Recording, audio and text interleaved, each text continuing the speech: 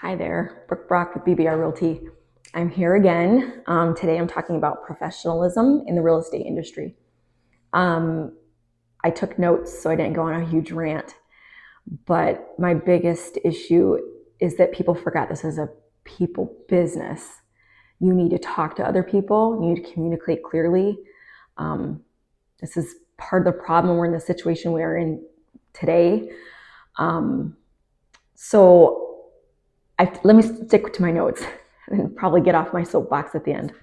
So I have this incredible property, and as a listing agent, I try to price conservatively, so it's a fair offer, good to market value. I'm going to have comps on it, and then if their over offers come, fantastic. I'm a negotiator at heart, so I love talking to each agent. So on this property, we had 10 offers. I don't call for highest and best. I just say this is what I'm presenting because I work with the other agent. Like, I actually pick up the phone, and I also get my seller's permission to talk about what we have in hand, to let them, I'm working on behalf of them. I want them to get the most out of it. I'm going to talk to the other agent to see what we can hash out, right?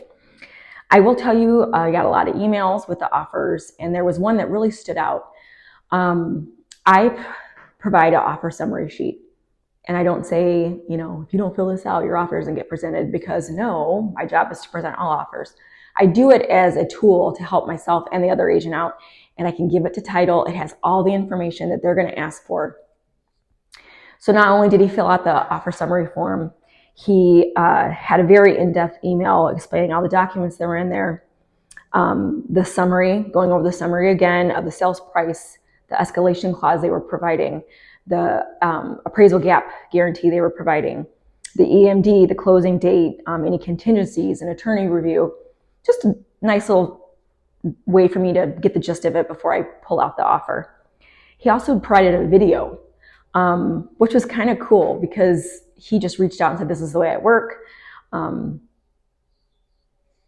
It was just a nice way for me to see his face and hear his voice. And I know why he's doing it, because agents do not reach out and take the time to know the agent on the other side. And you got to work with these people again. So you might as well build a relationship with them. All the agents I have working at BBR are agents I've pretty much done deals with, except for one. And one that we got brand new, which I love. If you want to be a new agent, come here. I will train you. I will coach you. I will show you the proper way to do things. And that is huge, to have that mentorship from not only me, but everyone in the office. It's just amazing. But anyhow, when I receive the offers, I let people know when we will be talking about them. I also let them know that I'm a negotiator and I'm a communicator. So they will hear from me before I present. That eased so many minds, because they're worried about never being contacted and then just having to give disappointing news to their buyer. So out of the offers, there were several with appraisal guarantees, which is fantastic.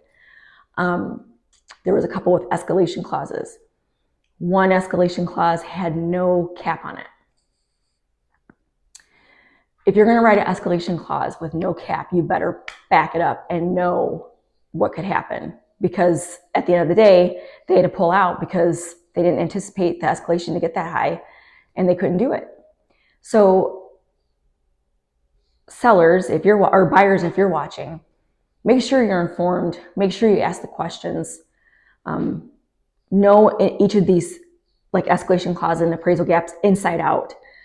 Know what you could be doing if you sign a legal contract and then can't back it up, first and foremost. Now, when I contact all these people, it started off with, and I'm not doing this to toot my horn, I'm doing this because this should be an industry standard. Quotes. So I got a phone call, and if I'm not answering my phone, there's a reason. It's either I'm with a client, I'm on the phone with a client, and everyone deserves my undivided attention. So he calls, leaves a message. I texted him back within 4 minutes, because I was on the phone with a client. And he said, "Oh, wow, very nice. I'm not used to someone getting back to me so soon. Thank you for that." I explained I was with a client, or I would have answered the phone call.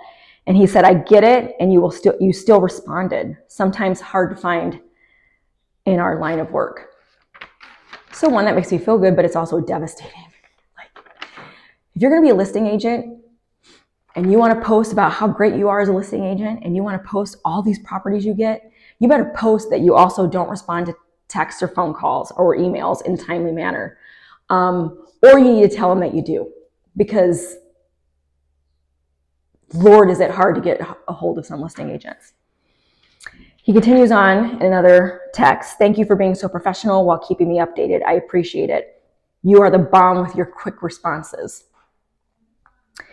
So the moral of the story is, like, my job is to negotiate with each agent. So I get the permission from my seller.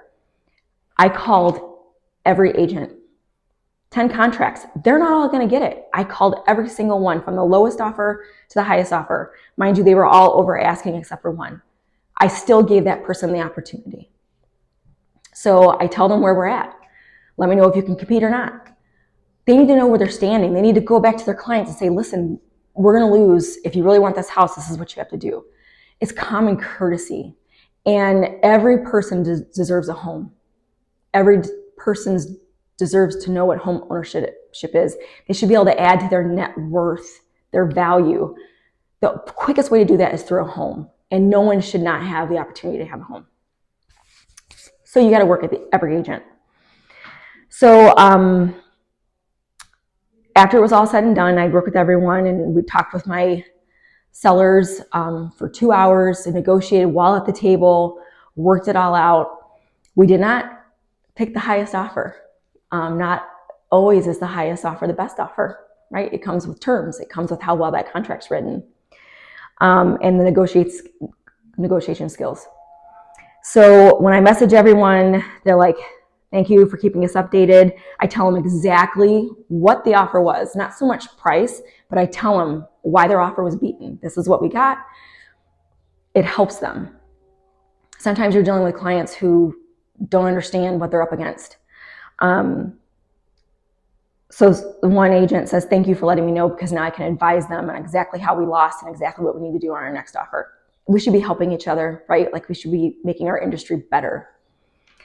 Someone else says, thank you for keeping me updated through the process. I do respect the way you conducted this listing and appreciate the opportunity.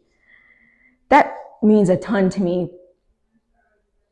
But I also want these people to understand that there are good people out here, right? Like, we're trying to make this industry better. We're trying to do the best for our clients. We're actually advocates for our clients. So what's really bothering me is I'm seeing, and I said this from the beginning, you can be a top selling agent, realtor, just by having the biggest billboards or magazine ads or a way to get your face out there. Doesn't mean they're good. Just gonna say it. It doesn't mean they're good. I've seen so many ads this week. They're like, you need a negotiator on your side. You know what? I know you're not a negotiator because I've been on the other side of your deals. You're not a negotiator. I'll just take the highest and best and be done with it. You're not working for anybody. That bothers me. We're supposed to be working for our clients. Or slamming other agents. Like, that's just, don't call people out. Everyone has started new. Everyone needs guidance. If you know better, you know better, right? So it's like, once you start helping people and making them a better agent, we're all better agents. So stop slamming other agents. It doesn't matter about any of the stuff that you think, okay, I gotta make sure I'm very careful about how I say this. I'm sick of seeing posts about how the agent is the hero. You're not a hero, you're a sidekick. Your seller or your buyer is the hero. You are able and privileged enough to walk them along this journey, educate them in the meantime, and build up someone's future. And I think if everyone got to that mindset, we'd all have a better career and be in a much better place. So I'm sure I'm going to ruffle some feathers. I hope I educated. I just want everyone to know I have the highest intentions for my clients, the agents at BBR Realty. I want to foster and grow this industry. I want us to have nothing but just exemplary people working. in this industry to show people how hard we fight for people to give everyone that right of home ownership. So it's a beautiful day, and I'm gonna go outside and enjoy the weather. So y'all have a blessed day, and I'll see you next week. Bye.